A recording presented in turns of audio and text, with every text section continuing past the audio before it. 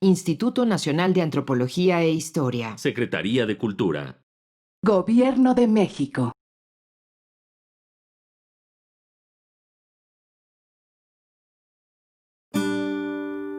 Su sustancia está hecha de evocación, recuerdo, rememoración y de lo que toma del porvenir.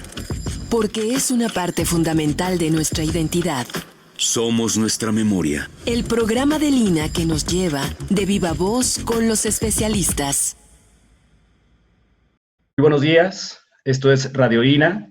Me encuentro en la conducción, soy Carlos Augusto Torres, director del Centro INA Zacatecas, la Secretaría de Cultura y el Instituto Nacional de Antropología e Historia.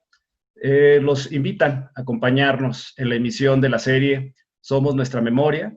En esta ocasión contamos con la presencia del maestro Limonar Soto Salazar, historiador adscrito al Centro INA de Zacatecas. Buenos días, maestro.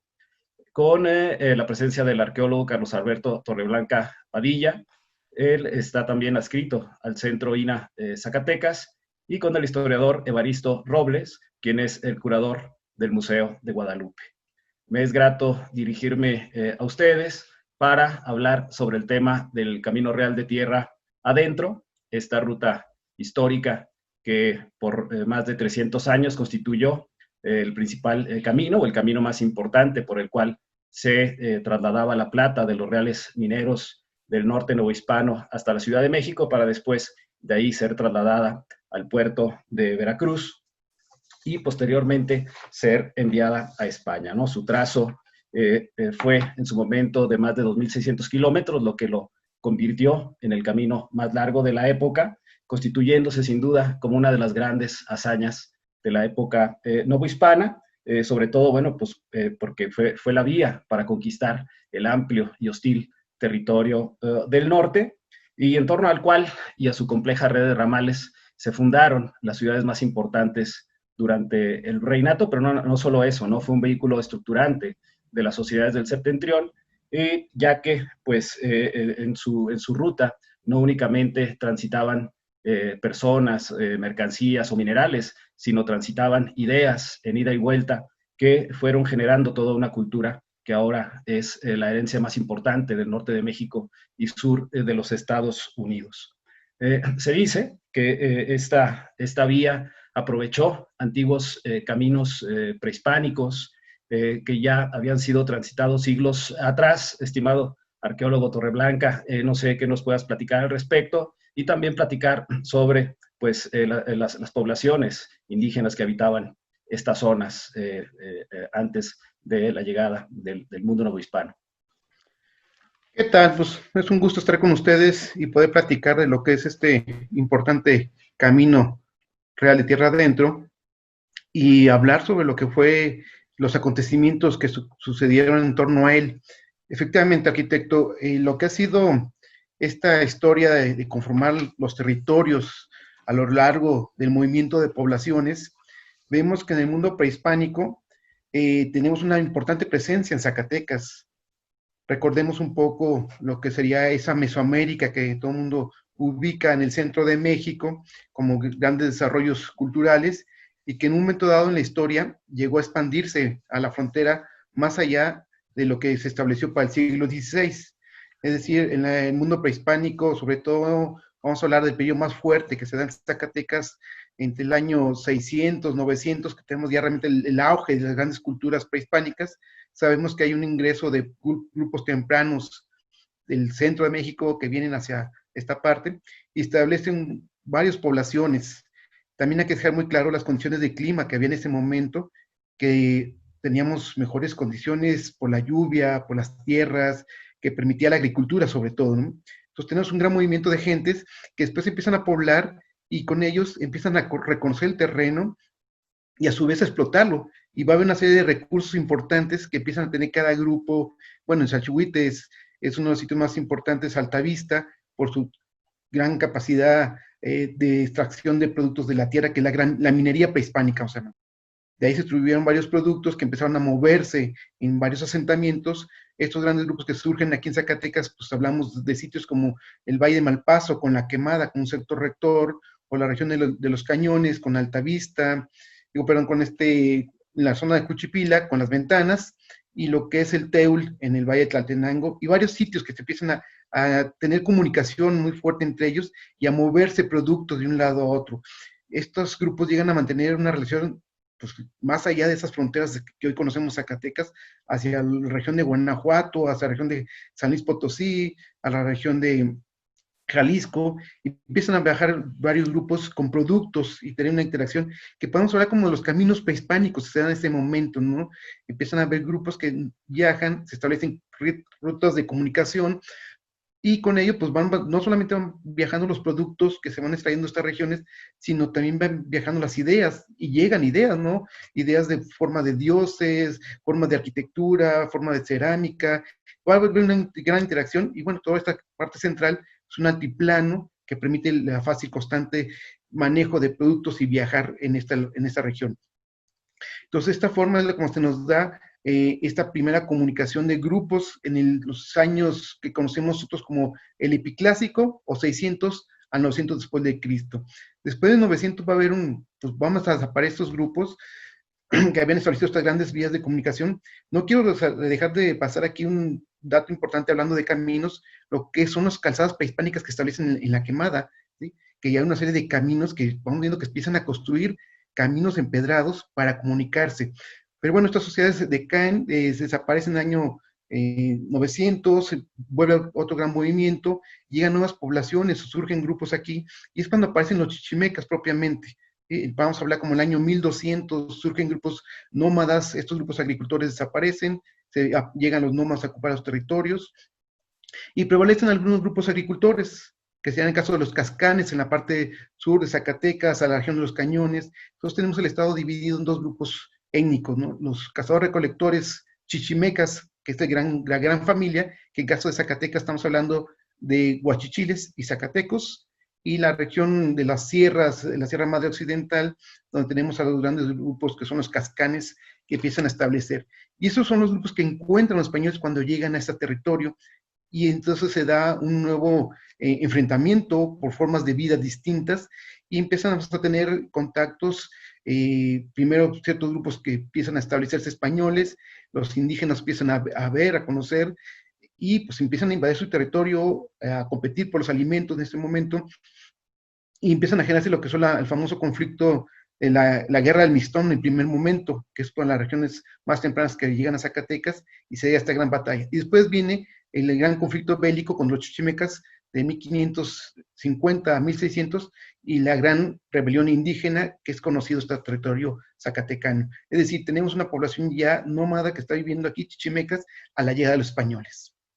Muy bien, maestro Torreblanca, muy interesante, efectivamente, estos territorios hostiles del norte, que también siempre fueron un reto, incluso desde antes de la llegada de los españoles, ¿no? El incursionar a estos territorios del norte para los mismos aztecas fue, pues, siempre una disyuntiva, dado que conocían de la hostilidad de estas tribus, y efectivamente, con la batalla del Mixtón, que finalizó hacia 1542, precisamente se abrió esa posibilidad de poder llevar a cabo la expansión hacia las tierras del norte, y esto dio la posibilidad de poder fundar las ciudades en estos lugares en donde se encontraron los ricos yacimientos de plata hacia el norte, como fue el caso de Zacatecas, que es a 1546 se funda, y según entiendo, maestro Limonar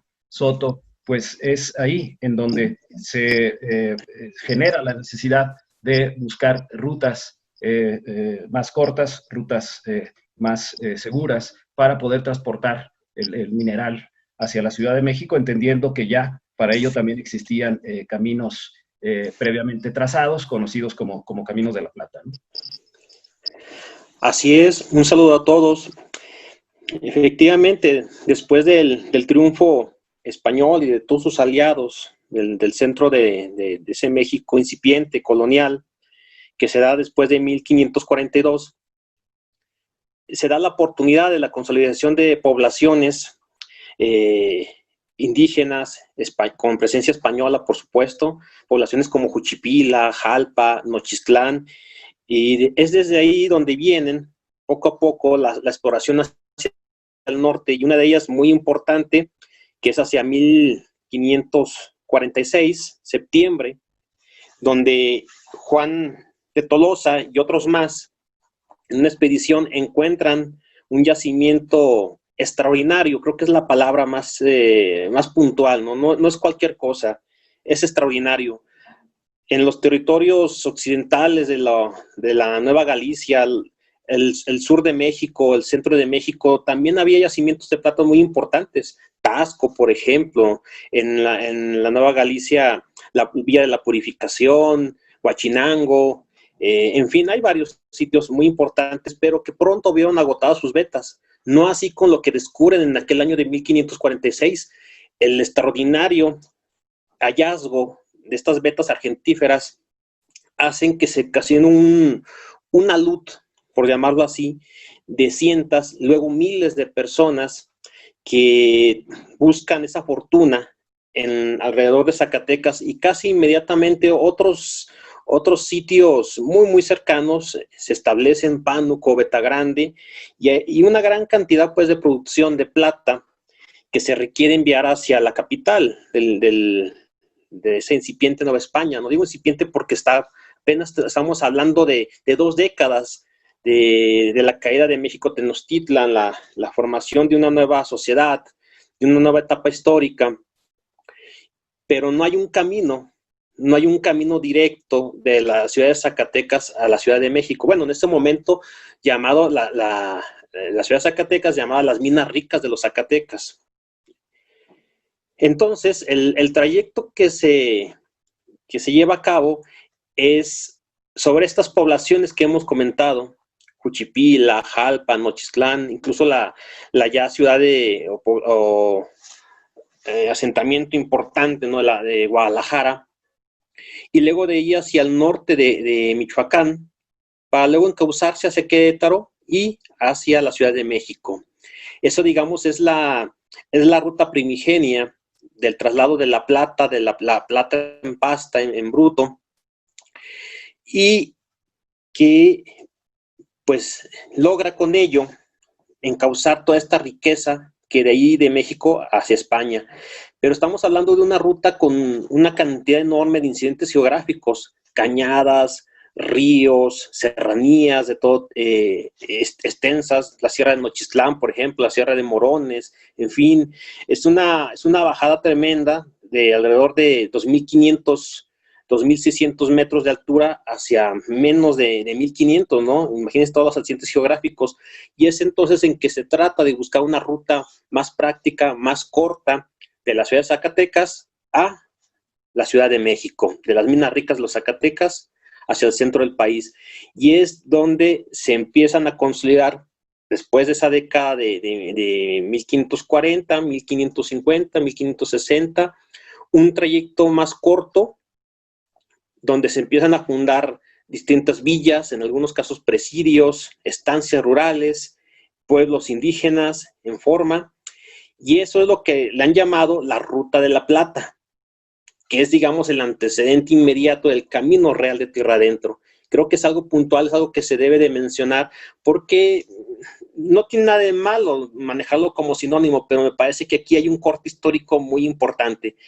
Es la Ruta de la Plata, que en la segunda mitad, principalmente la segunda mitad del siglo XVI, sea de Zacatecas a la Ciudad de México, con todos estos presidios, estancias, villas, pueblos, en fin. Estoy hablando, por ejemplo, de Lagos, Aguascalientes, Ojuelos, Celaya, Querétaro, en fin, Aculco, en fin, una gran cantidad de poblaciones que hoy en día pues es parte de ese itinerario cultural, ¿no?, llamado Camino Real de Tierra Adentro. Ese es lo que podemos hablar en este primer momento, en esta parte inicial de Zacatecas, con esas extraordinarias yacimientos, vetas de plata, pues imaginemos rápidamente la cantidad de personas que vivían ahí, miles y miles de personas, y no solamente estamos hablando de españoles, de gambusinos, de gente que busca esa fortuna, no vinieron solos, junto con ellos cantidad de pueblos indígenas, gente de Tlaxcala, por ejemplo, de Xochimilco, de Chalco, de Cuautitlán, otomíes, purépechas, llamados tarascos, y otros europeos también, por supuesto, ¿no? Todo mundo buscaba eso, trabajar las minas, ser operarios, o estar en el comercio, en fin, una nueva vida se empieza a generar en ese norte inhóspito, en ese norte impenetrable, pero en ese año de 1546 y los años siguientes, pues será esa ruptura geográfica, donde inicia una colonización, una evangelización, que pues cambiaría la historia que hasta el momento se había escrito para la Nueva España. Así es, maestro. Muy interesante, mencionabas algo muy importante, toda esta parte, ¿no? de la geografía, del entorno natural, de los referentes geográficos, pues que determinaban las rutas antiguas. Y me parece importante retomar esta idea, también lo había mencionado el maestro Torreblanca, el tema del entorno natural, que en aquel entonces pues prevalecía en estos territorios, ¿no? Un entorno natural diferente, con una gran cantidad de encinos y pinos, sobre todo en esta región de Zacatecas, que sin duda alguna fueron muy útiles para los españoles en estas primeras etapas de la minería, cuando todavía el proceso era a partir de la fundición, ¿no? En donde la madera era pues un tema importante y sin duda alguna, bueno, pues eso dejó una huella en el paisaje natural que ahora vivimos en Zacatecas y en toda la región. Zacatecas también era un referente por sus montañas, eran estos hitos naturales los que pues de alguna manera servían de referente a los diferentes camineros. En Zacatecas pues hay una gran cantidad de montañas, de abrigos rocosos, y precisamente en uno de estos abrigos rocosos, estimado maestro Torreblanca, es donde se dan los primeros testimonios de este camino, los primeros registros de este camino real de tierra adentro, por parte de los mismos nativos de estas tierras, a través de las técnicas pictóricas que ellos manejaban. Así es, arquitecto. Efectivamente, nosotros vemos cómo va cambiando este paisaje que estamos hablando, precisamente del ambiente que decíamos anteriormente que están viviendo los grupos prehispánicos en Zacatecas. Lo vemos en su forma de construcción y ocupación de árboles que había como pinos, pero sí, la llegada de los españoles cambia mucho este ambiente natural. La pintura rupestre es un testimonio muy importante que nos dejan como imágenes de aquel pasado. Vemos grupos tempranos en Zacatecas que están dibujando en paredes cantidad de fauna local, que son venados, sobre todo, viendo algunas de sus prácticas que realizan los grupos en esta región. Pero de repente vemos cómo en esta parte en particular lo que es la Ojo Caliente, donde se pasaba el Camino Real y se habían fundado el presidio de Palmillas y el Cuisillo, en un frente rocoso, un abrigo rocoso propiamente dicho, más que una cueva, es un abrigo rocoso, en cuyo interior cambia los símbolos que están presentes ahí. Ya no están esos animales que veíamos del mundo prehispánico, ya no están esas ceremonias que estábamos viendo de estas gentes y su cosmovisión, sino que ingresa una nueva imaginería en donde aparecen sobre todo estos animales que son cuadrúpedos o mulas. Hemos identificado ahí la presencia de mulas, de carretas, de personajes que van montados, es decir, jinetes que van controlando estos animales y manejando las carretas. Hablamos particularmente que son mulas porque su trazo que se muestra es muy evidente, por ejemplo, el detalle de las orejas más grandes que un caballo, la forma de colocar a los animales. Es un trazo muy interesante porque ellos traen esa gran tradición rupestre prehispánica y prevalece todavía en el periodo colonial temprano, ¿no? Esta etapa que señala muy bien el maestro Limonar, de lo que estamos hablando de la Ruta de la Plata. Quizá en estos años estos grupos están viendo estos movimientos y el cambio de la forma de vida, porque lo que nos reflejan estas cuevas, o estas pinturas, perdón, es la ganadería como tema principal que ingresa a Zacatecas. Otro tema presente ahí es el transporte, es decir, vemos mulas, los señores arriando las recuas, vemos la carreta trasladando objetos, seguramente pasando por ya el gran movimiento que puede haber sobre este camino real, moviendo la plata, pero moviendo otros productos que se requieren para la ciudad, alimentos, objetos, o sea, cerámica, herramientas, varias cosas que se van moviendo. Entonces esto empieza a ser reflejado en la pintura rupestre. Decía yo que el trazo viene siendo una prevalencia prehispánica, porque vemos todavía cómo son líneas que se marcan la forma esquemática de las representaciones. A partir de usar pigmentos locales, el color predominante es el blanco. Es decir, el blanco lo están extrayendo de rocas calizas seguramente, que son molidas, después con algún aglutinante, ya sea huevo de alguna ave, de algún reptil, lo van mezclando y lo diluyen un poco para que no sea tan espeso con agua, aunque sí es bien notorio en esas pinturas que el trazo es muy espeso, ¿sí? Entonces estamos viendo un proceso de transformación en la forma de elaborar las pinturas, y a su vez, pues ya teniendo la mezcla, con los dedos empiezan a trazar en la pared estos diseños de lo que están viendo en ese momento a la llegada de los grupos en esta región. Junto con estas pinturas que digo que están las mulas, están los jinetes, las carretas, todos, es muy interesante que van caminando hacia el centro del abrigo rocoso, y al centro aparece un cuadro con círculos en las esquinas, el cual se ha llegado a representar como un presidio, ¿sí? Este presidio es pues, los fuertes que protegían este camino en el transcurso de los grupos españoles para cualquier ataque de los indios chichimecas, ¿no? Entonces empezamos a ver entonces esta composición del nuevo paisaje que se genera en la región, plasmada por grupos locales. En este momento, bueno, hemos considerado que es posible que los grupos que están construyendo estas imágenes o están plasmando estos diseños en este abrigo rocoso, es los grupos huachichiles, que son los que tenemos conocidos para el siglo XVI, que habitaban aquí en esta área. Y esa tradición rupestre, vemos cómo continúa todavía a otros lugares con estas mismas escenas. Por ejemplo, un sitio muy parecido a la cueva de Ábalos, aquí en Ojo Caliente, es el sitio que está en Durango, que es la cueva de las mulas, donde también aparecen esta misma escena de personajes montados sobre estos animales, cabalgando, moviéndose en esos territorios, ¿sí? Sí llama la atención, por ejemplo, que en la cueva de Ábalos los diseños son muy grandes. Estamos hablando de diseños que miden entre 15 y 30 centímetros. En cambio, los diseños en la cueva de las mulas son más pequeños, miden entre 10, 15 centímetros. Es decir, vemos que están cambiando un poquito los trazos, las representaciones. Ya la vista tiene que ser más de cerca, no tan retirada como el caso de la cueva de Ábalos. Y vamos a ver este patrón que va a continuar todavía hasta siglos más tarde, por ejemplo, en la cueva de las Monas en Chihuahua, donde se ven estos otros grupos. Se ha atribuido, en caso de Durango, estas pinturas a los grupos tepehuanes. En cambio, en las pinturas que vemos allá en Chihuahua, en Cueva de las Monas, es posible que correspondan a tarahumaras o indios conchos, ¿no?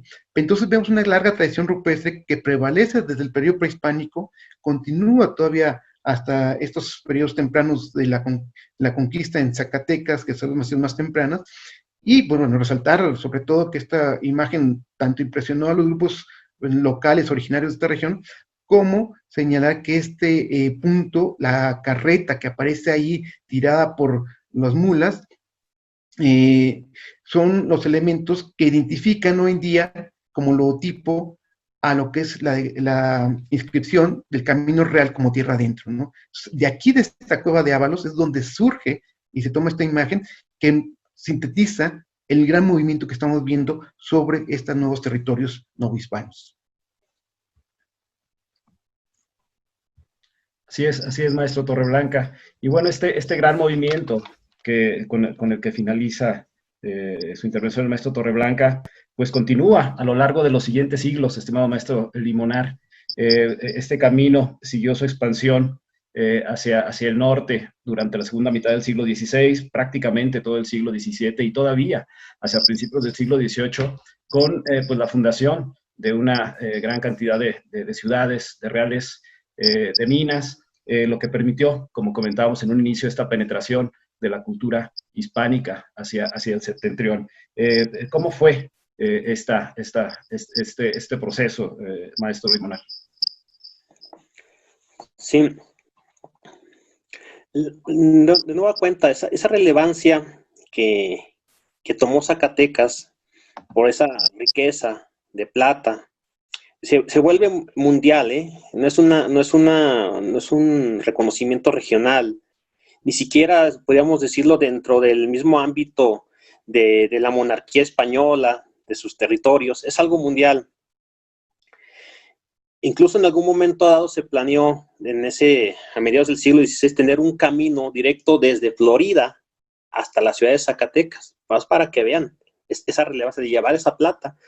No se dio, por lo menos no de manera concreta, pero lo que sí empezó a configurarse es ese norte español, novohispano.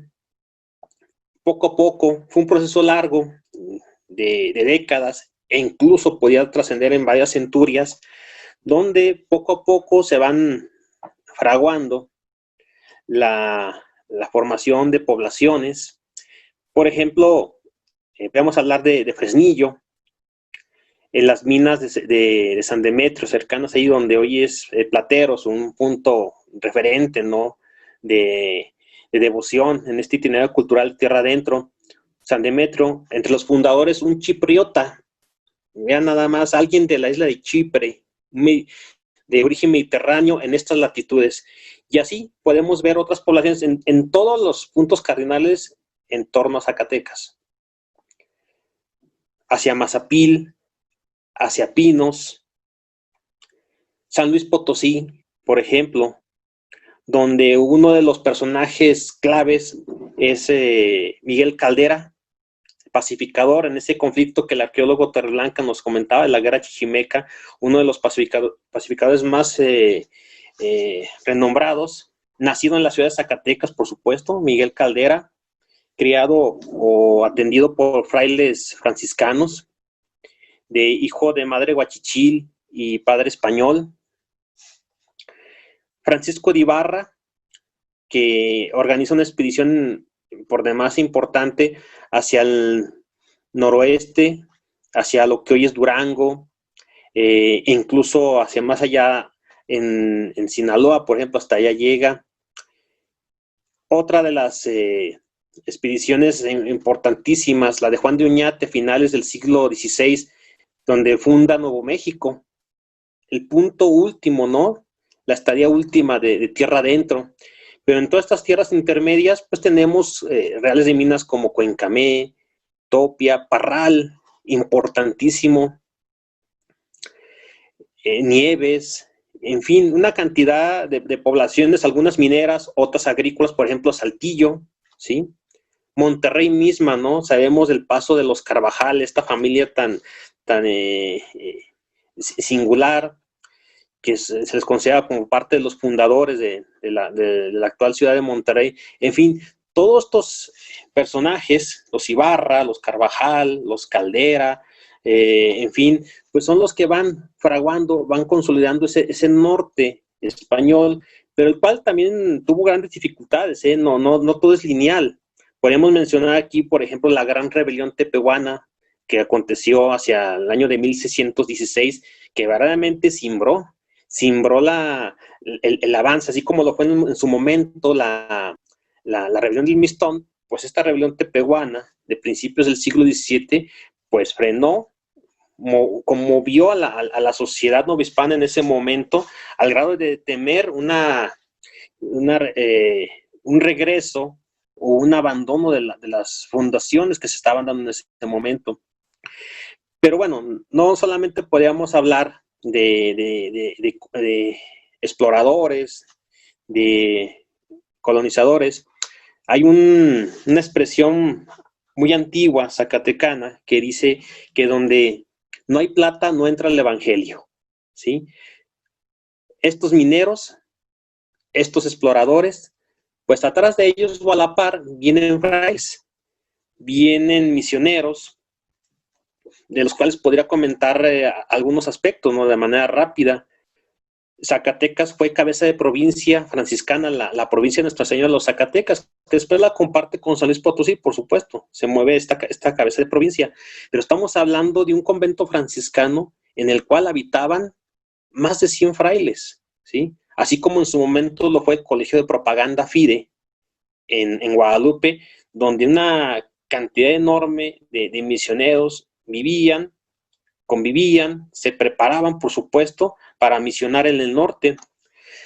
Otro aspecto en este tema, Zacatecas fue, digamos, el punto último de algunas fundaciones conventuales, como lo fueron los mercedarios, digamos. Aquí se estableció el convento de la Orden de Nuestra Señora de la Merced, el más septentrional de toda América. En Zacatecas, en Sombrerete, pues los dominicos, por ejemplo, dominicos es frontera para esta orden tan importante en varios ámbitos. En fin, eso es lo que podemos de mencionar de manera breve de la conformación, de la configuración de este norte novohispano. Otra cosa más, por ejemplo, estos presidios que se establecen en la Nueva Vizcaya, por supuesto en la Nueva Galicia en su momento, en el siglo XVI, pero estos presidios de la Nueva Vizcaya, los que se establecen en este cordón que gira en torno a Nuevo México, a Sonora, incluso en la Nueva Santander, que hoy es Tamaulipas, Coahuila, Nuevo León, en fin, pues requerían recursos para mantenerse, la paga de los soldados, por ejemplo, los suministros, pues en gran parte venían de esta ciudad minera, de esta urbe, ¿no?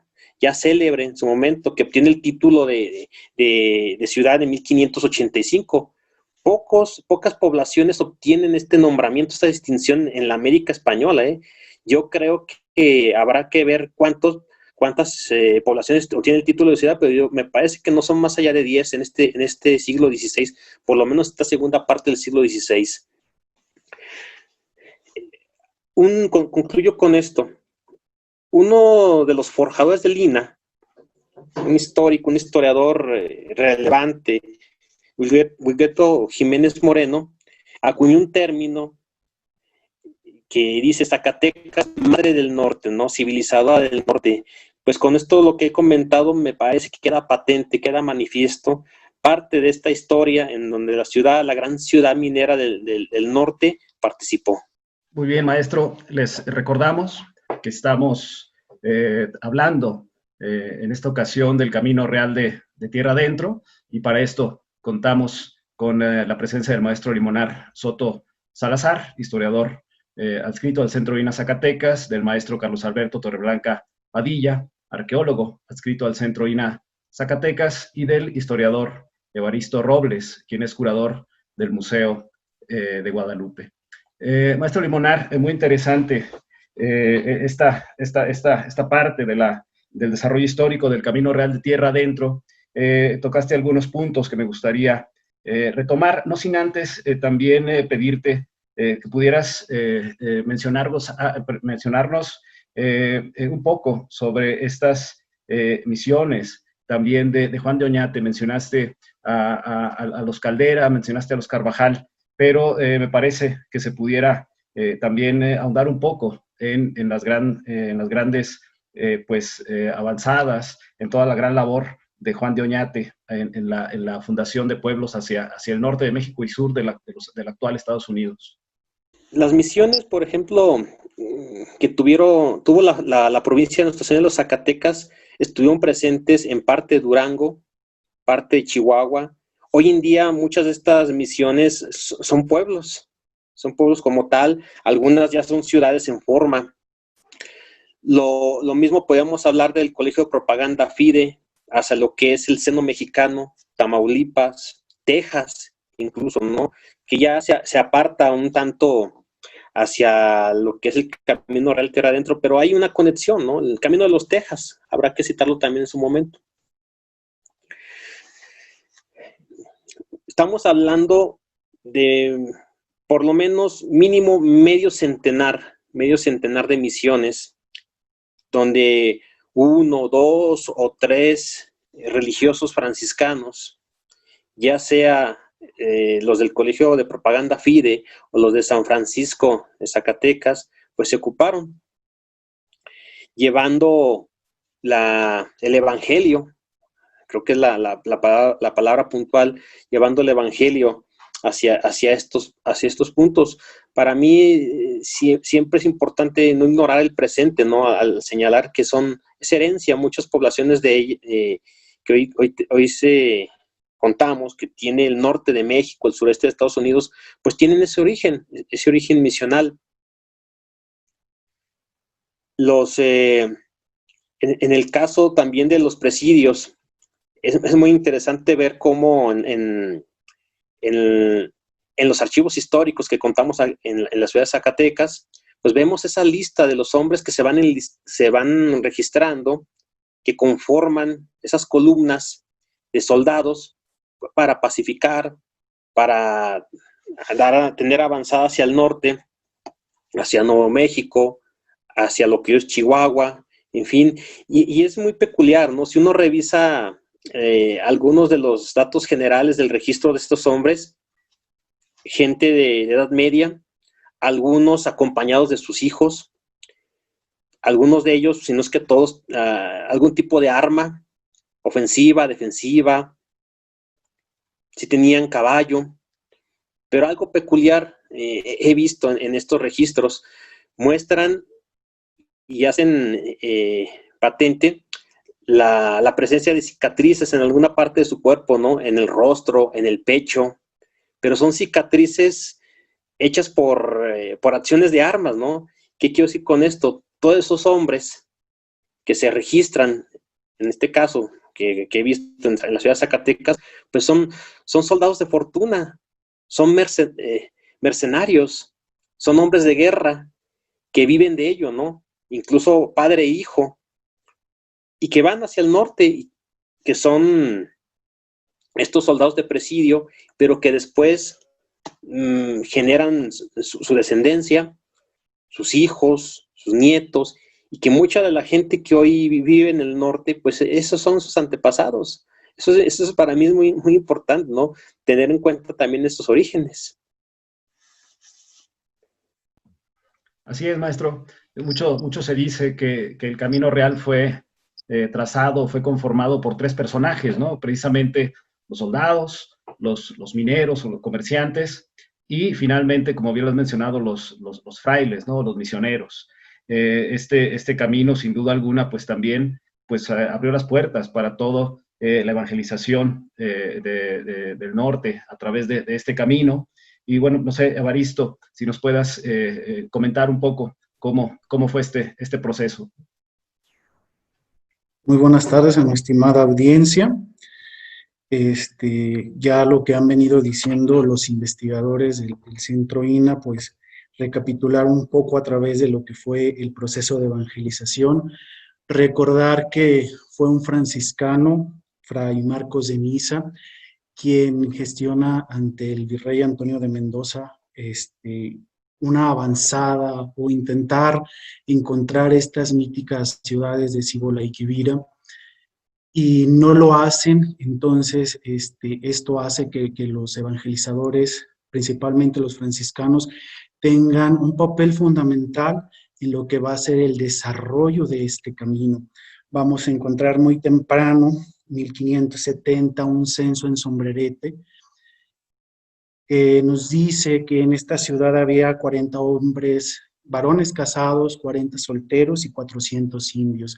Entonces esto nos dice que la iglesia no solamente tenía este papel de evangelizador, ¿no?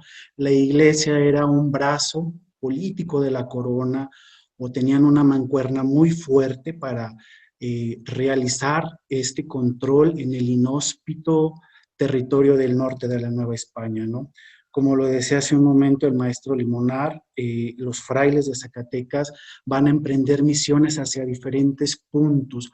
Los vamos a tener en el norte, Durango, Chihuahua, Nuevo México, pero también los vamos a tener en el sur, Pinos principalmente, ¿no?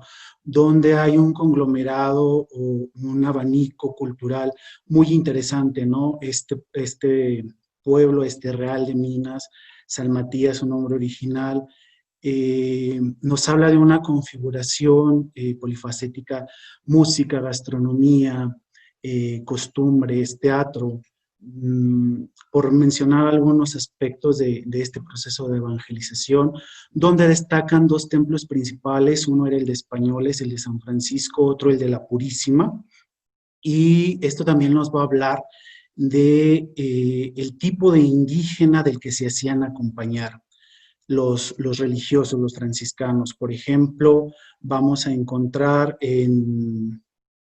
muy al norte de México las misiones, las doctrinas, estos pueblos de misión, que es un poco lo que son estos como definiciones o asentamientos que nombra la iglesia, así como la corona española iba nombrando pueblos, villas reales, la iglesia nombraba doctrinas, misiones, pueblos indígenas para el control de estas tierras. ¿Qué quiere decir esto? Que, bueno, un pueblo de misión solamente podía tener 2 o 3 frailes. Las doctrinas era un número de hasta 6 frailes por la cantidad de indígenas que atendían.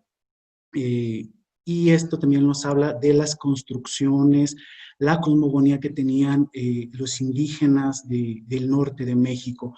Si bien en el sur, centro-sur de México vamos a encontrar estos magníficos conventos construidos con unos atrios espectaculares, capillas abiertas, en el norte van a empezar a desaparecer conforme avanza el camino real de tierra adentro, porque la cosmogonía del indígena era diferente, ¿no? Estos pueblos que ya mencionaba el arqueólogo Torreblanca, tenían un sistema de creencias completamente diferente al que había en el centro-sur, y a pesar de que los frailes se hacían acompañar tlaxcaltecas, tarascos, algunos otomís, nunca pudieron realizar un engranaje con los indígenas del norte de México, ¿no?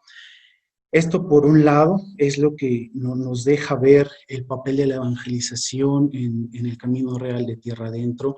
Vamos a tener diferentes puntos muy importantes llevados por los frailes, Querétaro con las misiones de la Sierra Gorda, Guanajuato también, agreste territorio de los llamados chichimecas.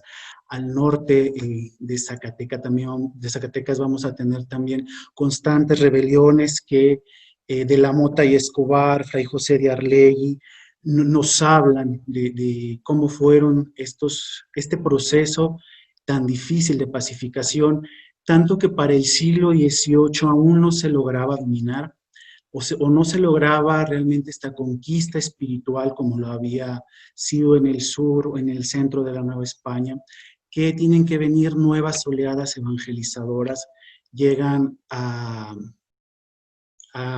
Nueva España, un grupo de religiosos franciscanos bajo la Congregación de la Propaganda Fidei establecen un vasto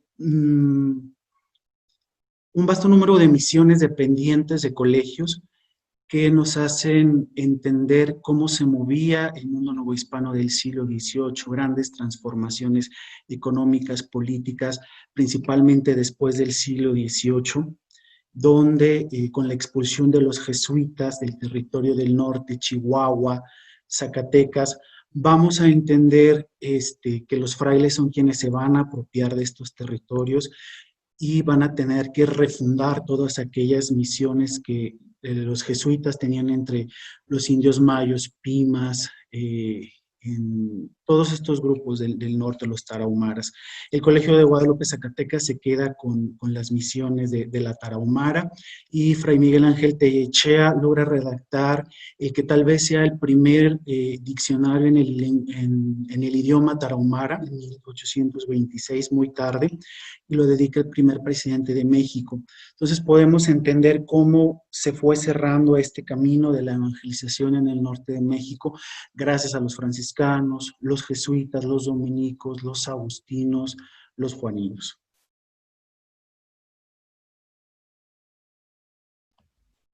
Así es, estimado Evaristo, y desde luego no podemos dejar de mencionar eso que bien decías, ¿no? Cómo el arte siempre, o más bien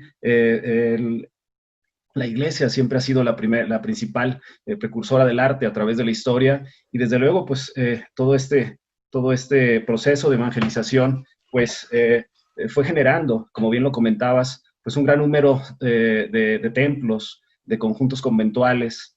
Fue quizá en torno al Camino Real de Tierra Adentro en donde el arte virreinal alcanzó su máximo esplendor, y bueno, sin duda alguna, pues nos hereda una gran cantidad de bienes que ahora son parte fundamental de nuestro patrimonio cultural, como estos grandes conjuntos conventuales magníficos, templos de carácter religioso, pero también, bueno, pues todos estos bienes asociados a los mismos, ¿no? Impresionantes retablos, incluso en el norte de la Nueva España, pues se da una corriente estilística muy particular del barroco novohispano. Y bueno, además la pintura, la escultura, pero también a través del Camino Real, pues caminaron retablistas, caminaron pintores, músicos, ¿sí? Que sin duda alguna, pues también generaron una cantidad de bienes culturales en torno a este proceso de evangelización, ¿no? Así es, arquitecto, radioescuchas. Bueno, en cuanto a esta parte de la concepción del arte, un instrumento pedagógico que se utilizó por la Iglesia en general, no solamente la rama regular de la Iglesia, sino también el clero secular la va a utilizar. Tanto así que por todo el Camino Real de Tierra Adentro vamos a encontrar conjuntos arquitectónicos muy específicos que nos hablan de la influencia económica, política, social, cultural, que todos los grupos que conformaban la sociedad novohispana van a reflejar en sus templos, porque estos eran los espacios de convivencia social, ¿no? Vamos a encontrar a lo largo del Camino Real de Tierra Adentro construcciones magníficas de los dominicos, de los agustinos, de los franciscanos, el Templo de San Francisco en Querétaro, el Templo de San Francisco en Zacatecas, el Templo de San Francisco en Sombrerete, son estos indicadores que nos permiten entender la mano de obra de la que echaban mano todos estos grupos religiosos. Algo que nos ha faltado entender en cuanto a la producción artística es que de la mano del pintor, del retablista, estaba el cantero, ¿no? Estas fachadas impresionantes que hoy vemos reflejadas en la Catedral de Zacatecas, en el interior de la Catedral de Durango, nos hablan de un dominio indígena de la piedra que aún falta por profundizar en sus estudios, pero al mismo tiempo nos permite entender la configuración de la fiesta novohispana, las grandes devociones que vamos a encontrar a lo largo del Camino Real de Tierra Adentro, el mismo San Francisco, Santo Domingo, Santa Bárbara, patrona de los mineros en Chihuahua, un sinfín, la devoción a la Virgen de Guadalupe. En el siglo XVIII, después de la primera mitad, la Virgen del Refugio, que es el estandarte de las misiones franciscanas del Colegio de Guadalupe, que después van a adoptar otros colegios y que se van a ir dispersando, irradiando al norte, al sur. Conforme avanza el Camino Real de Tierra Adentro, podemos hablar de un sincretismo en cuanto a la música, la cultura, la gastronomía, cómo se va a ir reflejando en los pinceles de los artistas como Antonio de Torres, Miguel Cabrera, estos grandes artistas que si bien tenían sus talleres, sus gremios ubicados en Puebla y la Ciudad de México, pues sus obras van a llegar, van a circular por todo el tejido del Camino Real de Tierra Adentro, dejando importantes obras en Querétaro, San Luis Potosí, Zacatecas, Pinos, Sombrerete, y que van a venir a revolucionar, a nutrir la idea evangelizadora de lo que fue el siglo XVI y XVII al siglo XVIII, ¿no? Sí, así es, Evaristo, sin duda alguna, pues todo este proceso de evangelización, todo este proceso de esta gran producción de arte de aquella época, pues ahora representa, como lo comentaba, pues un eslabón fundamental de nuestro patrimonio cultural y sin duda alguna, pues un forjador para nuestra identidad, ¿no? Esa identidad mestiza de la que ya se ha hablado y de la cual, bueno, pues heredamos una gran cantidad de manifestaciones culturales vivas, como ya se ha comentado, el mismo convento o antiguo colegio de propaganda fide de Guadalupe, a la fecha, pues es escenario de un sinnúmero de manifestaciones culturales masivas a lo largo del año que encuentran sus raíces en esta época, ¿no? Desde luego, pues sin olvidar la gran influencia indígena. Mencionabas hace un momento el pueblo de Pinos, un pueblo de gran tradición tlaxcalteca, con un barrio de tlaxcaltecas. Es uno de los pueblos en donde todavía se conservan pues el trazo prácticamente original de aquello que se llamó las dos repúblicas, ¿no? El pueblo de españoles y el pueblo de indígenas divididas por un arroyo, y en este pueblo de indígenas pues se conserva el templo de Tlaxcalita, un templo tlaxcalteca que conserva a la fecha la tradicional fiesta de los faroles que se lleva a cabo cada mes de diciembre, ¿no? Hacia toda la región de Chalchihuites, pues se conserva también esta danza de conquista que se denomina la Judea hacia Semana Santa, sin hablar o sin dejar de mencionar, desde luego, pues la gran devoción que a la fecha hay, por ejemplo, en Fresnillo, ¿no? En Plateros, por el Santo Niño de Atocha, en donde, bueno, pues el tema de la religiosidad toca pues ahí una de sus máximas expresiones con esta impresionante cantidad de exvotos que día con día miles de fieles van y depositan. Es impresionante ver la cantidad de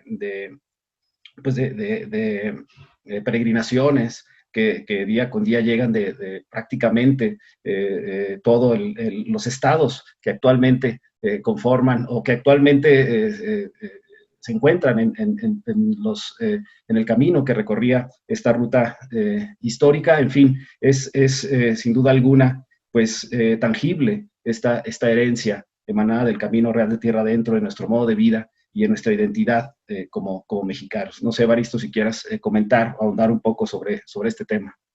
Claro, pues para ir concluyendo esta parte de la evangelización, el arte, la cultura, entender que el Camino Real de Tierra Adentro le dio a Zacatecas grandes beneficios, no solo en cuanto a la minería, la bonanza, sino en cuanto a el desarrollo histórico, artístico y cultural que por más de 3 siglos en el uso del Camino Real se tuvo. El comercio, la influencia de los religiosos, que también fue recíproco, entender que el Camino Real de Tierra Adentro, en este gran constructo que es de un itinerario cultural, abona aspectos específicos en cuanto a la música, la danza, la literatura, las manifestaciones artísticas, como lo dices, las danzas de maclachines, que tal vez nos faltó tocar un poco el punto, pero toda esta oleada migratoria que es de gente que va del centro al norte y del norte al centro, nos habla de este gran intercambio cultural que hasta la fecha persiste. Recordemos que Zacatecas sigue siendo un estado de migración, entonces la vigencia en el Camino Real de Tierra Adentro para nosotros es muy vigente. Así es, Evaristo. Y bueno, sin duda alguna, por todo lo que se ha comentado en este programa por parte de los especialistas, nos queda claro, ¿no?, que el Camino Real de Tierra Adentro, sin duda alguna, pues fue un crisol imprescindible en la conformación de nuestra identidad como mexicanos. Y bueno, esto lo reconoce la UNESCO en 2010 al otorgarle inscripción en la lista del Patrimonio Mundial dentro de la categoría de itinerarios culturales, dado que pues realmente no es un bien patrimonial el que representa toda esta riqueza histórica, sino es un conjunto de bienes que compartimos 11 estados de la República Mexicana, desde la Ciudad de México, desde la Plaza de Santo Domingo, que es de donde nace este itinerario cultural, pasando por el Estado de México, Hidalgo, Querétaro, Guanajuato, Jalisco, San Luis Potosí, Aguascalientes, Zacatecas, Durango y Chihuahua, ¿no? Somos 11 estados los que compartimos este itinerario cultural que sin duda alguna pues representó también en su momento para la UNESCO toda una innovación en la manera de poder abordar este tipo de conjuntos que representan para la humanidad un legado histórico sin duda alguna trascendental. Bueno, nos queda tiempo para un último comentario por cada uno de ustedes. Quisiera empezar por el maestro Torreblanca. ¿Algún comentario, maestro, para cerrar tu participación en este programa? No, pues muy bien, arquitecto. Mira, pues realmente reconocer el Camino Real, como lo has señalado, como este gran transecto de la vida, la formación de nuestra identidad mexicana, estos ciclos de la historia misma que nos han ido enseñando, forjando y saber cómo somos como sociedad, y ver estos testimonios que nos han quedado del pasado y sobre todo los temas que nos falta por abordar, los temas que nos falta por proteger, los sitios, saber cómo tenemos este patrimonio y poderlo disfrutar como sociedad y podemos integrarnos como el legado histórico que tenemos del Camino Real hacia la comprensión de estos grandes primeros grupos originarios que llegaron que estaban en Zacatecas, la gran permanencia de estas tradiciones. Ahorita reflexionaba con lo que decía el maestro Evaristo, de cómo pasamos en este caso de los grandes frentes rocosos para decorar nuestros pensamientos a llegar a las pinturas y estos lienzos en los conventos para reflejar otra vez estas ideas, ¿no? Y cómo hoy en día, bueno, nos siguen permaneciendo y terminamos en los esbotos, en plateros, ¿no? Con la referencia a los dioses, a los agradecimientos. Entonces, venimos trayendo varios elementos históricos importantes que los seguimos haciendo de manera innata nosotros, pero también hay un compromiso en preservar y entender esta comprensión. Entonces, yo creo que sería esta parte de ver esta gran tradición del Camino Real y todos sus elementos que lo componen.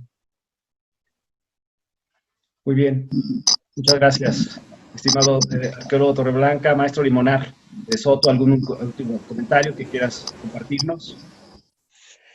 Yo concluyo con lo que representaría todo este acervo cultural para la gente. No solamente para el especialista, para el investigador, para el arqueólogo, el restaurador, el historiador, sino lo que representa para la gente, para los habitantes que viven en torno hacia este itinerario cultural. Por ejemplo, ¿qué representa para la gente que vive en San Nicolás de Quijas, el Nigromante, su capilla, ¿no?, de las antiguas haciendas? ¿Qué representa el templo de Villa González Ortega? ¿Qué representa el templo de Noria de Ángeles? Pues el patrimonio cultural influye directamente, siempre, estoy convencido de ello, influye en la autoestima de la gente, en el orgullo, ¿no? En la esperanza, en ese sentimiento íntimo, personal. Por ejemplo, ¿qué representa para muchos ir a Plateros y visitar al Niño de Atocha? ¿O qué representa para mucha gente la belleza arquitectónica que encontramos en Sombrerete o en Chalchihuites o en el mismo Zacatecas, ¿no? O todo ese bagaje cultural del cual se ha comentado que tenemos en estas tierras y que se representan y que se van proyectando hacia el norte. Concluyo con eso, en en la importancia de conservarlo, valorarlo y divulgarlo, por supuesto, como es en este caso. De acuerdo, estimado maestro, muy importante. Hiciste un recuento muy breve, pero muy sustancioso de los 13 sitios que el Estado de Zacatecas tiene inscritos como parte o como elementos constitutivos de este itinerario cultural del Camino Real de tierra adentro. Y bueno, pues finalmente, Evaristo Robles, si quieres compartirnos un último comentario.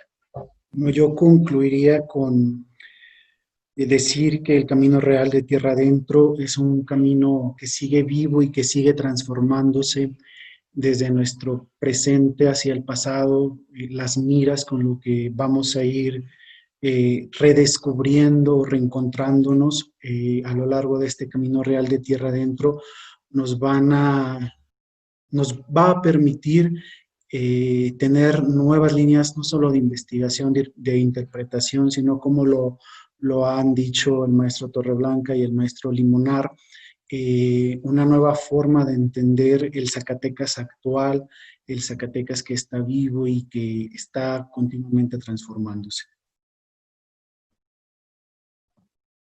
Muy bien, pues muchas gracias. A mí me gustaría finalmente recomendar un par de publicaciones por si la gente está interesada en conocer más sobre el tema. El primer libro que me gustaría comentar fue un libro que editó el gobierno del estado de Durango prácticamente cuando se da esta inscripción del Camino Real de Tierra Adentro. Es un libro que se llama El Camino Real de Tierra Adentro, Travesía Histórica y Cultural por el Septentrión Novohispano.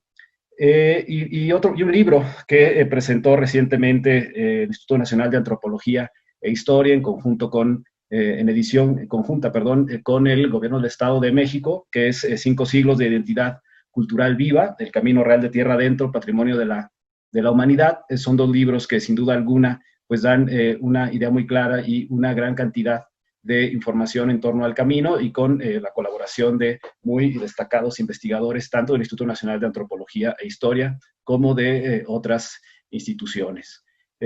Bueno, pues así su servidor, Carlos Augusto Torres Pérez, a nombre de Radio INA, doy por terminada esta emisión que fue posible por la generosa participación del maestro Carlos Alberto Torreblanca Padilla, arqueólogo del Centro INA Zacatecas, del maestro Limonar Soto Salazar, historiador adscrito al Centro INA Zacatecas, y del historiador Evaristo Robles Escalera, curador del Museo de Guadalupe. Gracias a nuestros escuchas por su atención. Les sugerimos consultar más de nuestra producción a través de www.radioina.gov.mx. En la realización, la dirección de medios de comunicación a través de la subdirección de Radio INA con Gabriela Marentes, producción y grabación Evanibaldo Morales, edición Rubén Martínez, apoyo Marta Hernández, Paula Abedoy y Jerónimo Cuevas.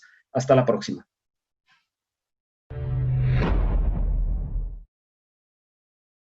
Las opiniones y comentarios aquí expresados son de entera responsabilidad de quienes proporcionan la información y no representan necesariamente las opiniones de Radio INA ni comprometen el pensamiento editorial del Instituto Nacional de Antropología e Historia. Instituto Nacional de Antropología e Historia. Secretaría de Cultura. Gobierno de México.